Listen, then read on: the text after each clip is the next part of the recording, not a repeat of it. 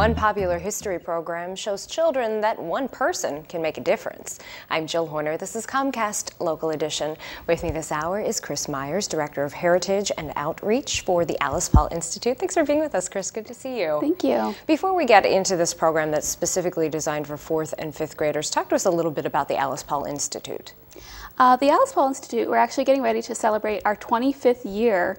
We're in Mount Laurel, New Jersey, in the historic home of Alice Paul. So we operate out of Paulsdale, and we started not as a history museum, but as a women's history site and a girls leadership development center. So we run at least a dozen programs between both history and leadership development programs. In addition to working to preserve this historic home as well. Exactly. The house has been restored. We run tours and presentations on Alice Paul in addition to the educational programs. In the last 25 years of this organization, you've really worked to not only get the word out about Alice Paul and the work that she did throughout her lifetime, but to really encourage young women in particular to maybe follow in her footsteps. Absolutely. Our unofficial tagline is we like to create new Alice Pauls. She was an inspiring figure and one of very few positive female role models that young women will receive today. So we hope that they do follow in her footsteps. Let's talk a little bit more about her and how her life story has become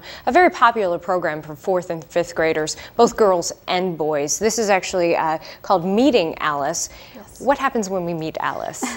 Meeting Alice is a 2-hour program. It's a history and character education development program at Paulsdale. And it's essentially a field trip program where the students at Paulsdale are encouraged to become history detectives. And they go through a series of activities. From the time that they get to Paulsdale to the time that they leave, they are always looking for clues that they might hear or that they might see through the documents and through some of the materials that they'll receive. Now, there's this book here, American Lives, Alice Paul. She's one of the people featured in this series. This is an important book, especially for young people, relating her story about her life as a suffragist. Absolutely. There is no biography right now on Alice Paul as of today, so this is one of the few, and it's actually written for children. Now, when we talk about kids, Alice Paul obviously was a kid growing up in New Jersey. Here's a picture of her. What are we seeing here?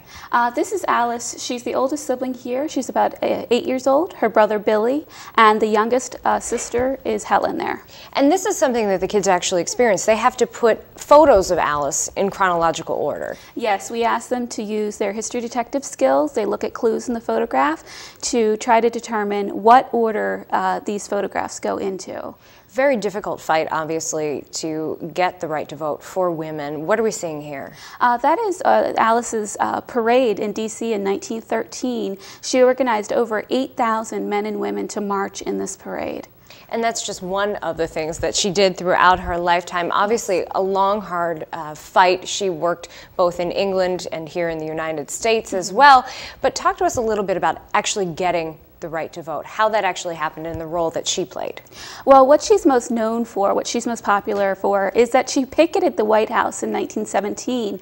And for picketing, she was arrested. They went on hunger strike and were force-fed. And that is really what the students get to learn about Alice Paul, that this is what she did for women to get the right to vote in 1920. So it took a long, hard fight and a lot of determination. And the picture we just saw obviously was the celebration at the end of that long, hard fight. In terms of this program, it does meet some of the core curriculum standards for schools, so it's a field trip that's both fun and educational. Absolutely. They're learning timeline skills, map skills, all kinds of different history skills, as well as character development. Chris, we just have a minute left, but in terms of this program, you say one of the overall goals is to show young people, both boys and girls, that one person can make a difference. Absolutely, and we mean that in 2 different ways. The first is through voting. One person can have a huge impact on a vote. The second way is just through the example of Alice Paul, that one person, no matter how ordinary their circumstances, can go on and do extraordinary things. All right, thank you so much, Chris. Thank you. We've been talking with Chris Myers of the Alice Paul Institute. I'm Jill Horner for Comcast Local Edition.